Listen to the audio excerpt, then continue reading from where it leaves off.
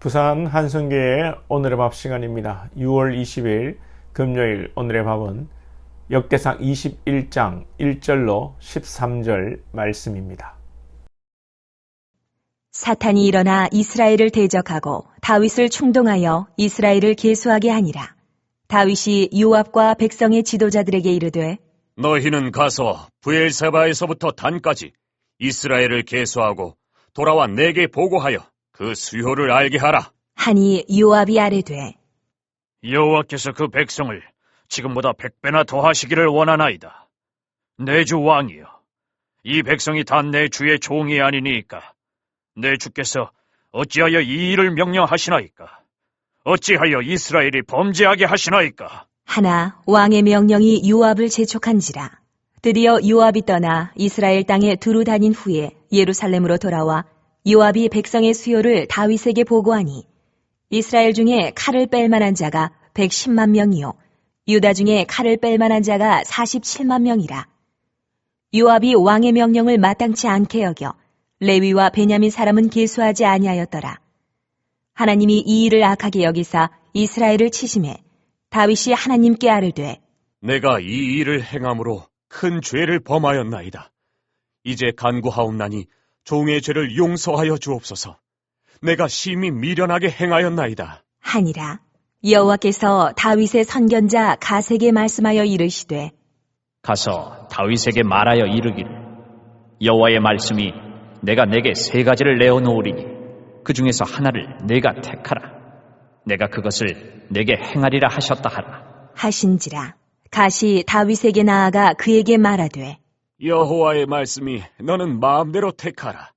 혹 3년 기근이든지 혹 네가 석 달을 적군에게 패하여 적군의 칼에 쫓길 일이든지 혹 여호와의 칼 곧 전염병이 사흘 동안 이 땅에 유행하며 여호와의 천사가 이스라엘 온 지경을 멸할 일이든지라고 하셨나니 내가 무슨 말로 나를 보내신 이에게 대답할지를 결정하소서.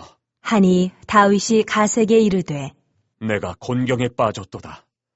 여호와께서는 긍휼이 심히 크시니 내가 그의 손에 빠지고 사람의 손에 빠지지 아니하기를 원하나이다. 하는 다윗이 인구조사를 하는 내용입니다. 인구조사를 하고 하나님 앞에 징계를 받습니다. 오늘 본문에 보면 사탄이 다윗을 충동하였다 하지만 사무엘서를 보면 하나님께서 다윗을 격동하사 인구조사를 하게 하셨다고 합니다. 이상하게 느껴질 수도 있지만 하나님의 섭리 아래에 이루어진 것으로 이해하면 됩니다. 단지 기록 의도에 따라 다른 표현을 쓴 것일 뿐입니다. 원래 인구조사는 광야 시절 초창기와 광야 시절 마지막 시기에 하나님의 명령으로 이루어졌습니다. 당시에 군대 편성과 땅의 공정한 분배를 위해서 하나님께서 인구를 조사하라고 하셨지만 오늘 본문에서는 인구조사의 명령도 없는데 다윗이 임의로 인구조사를 실시하였습니다.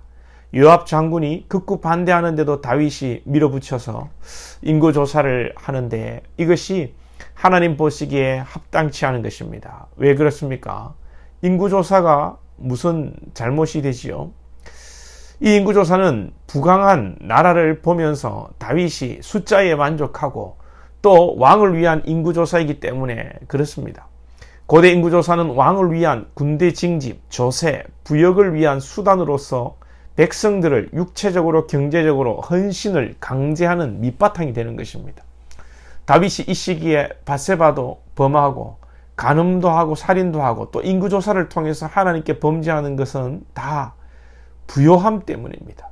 배가 부르니 딴 생각을 하고 죄에 대한 경계심이 느슨해지고 여유가 넘치게 되는 것이죠. 결코 여러분 부유한 것이 다 좋은 것만은 아닙니다. 부유해서 철없고 타락하고 망나니가 되느니 가난하고 결핍으로 생각이 깊어지고 인생에 대한 진지한 고민이 있는 사람이 낫지 않겠습니까? 하나님께서 그 사랑하는 자에게 고난을 주시는 이유도 다 그런 거 아니겠습니까?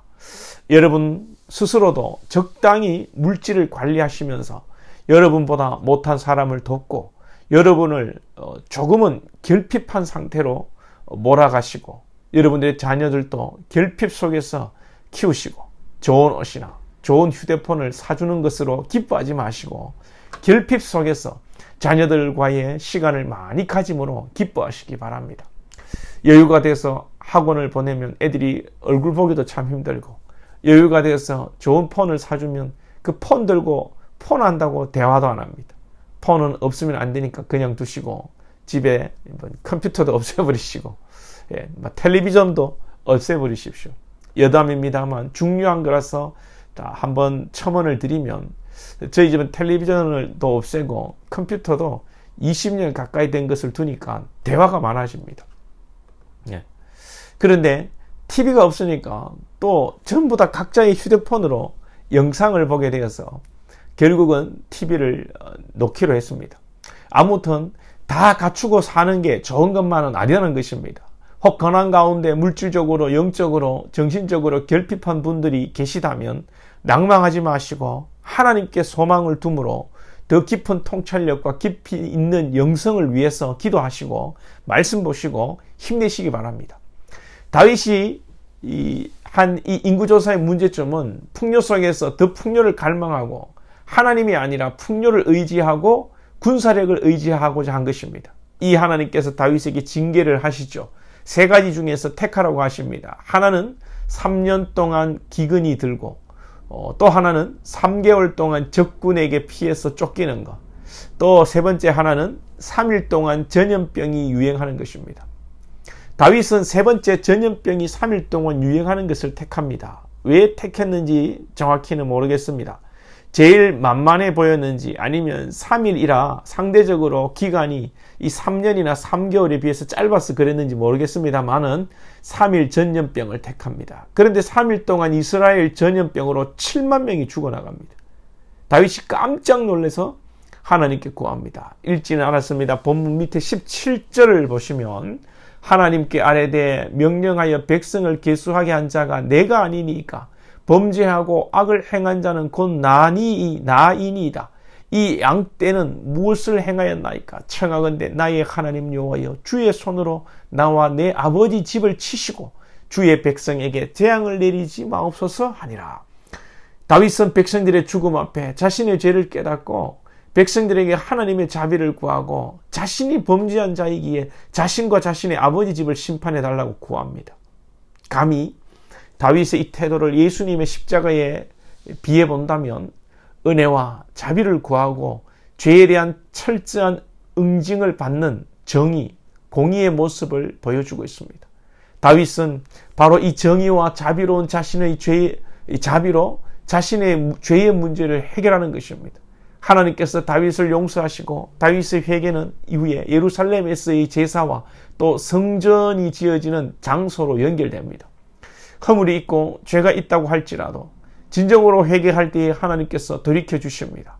회개하는 자에게 하나님께서는 더 좋은 것으로 회복시키십니다. 중요한 것은 진정으로 회개하냐의 문제입니다. 회개 또한 성령께서 하게 하십니다. 그러니 모든 것이 은혜입니다. 하나님으로 인하여 안 된 것이 하나도 없습니다. 모든 것이 하나님으로부터 되는 것입니다. 오늘도 우리는 하나님의 전적인 은혜를 구하며 나아가야 합니다. 하나님의 은혜로 풍요 가운데도 어려운 가운데도 주님만을 소망하는 저와 여러분 될 수 있기를 소망합니다.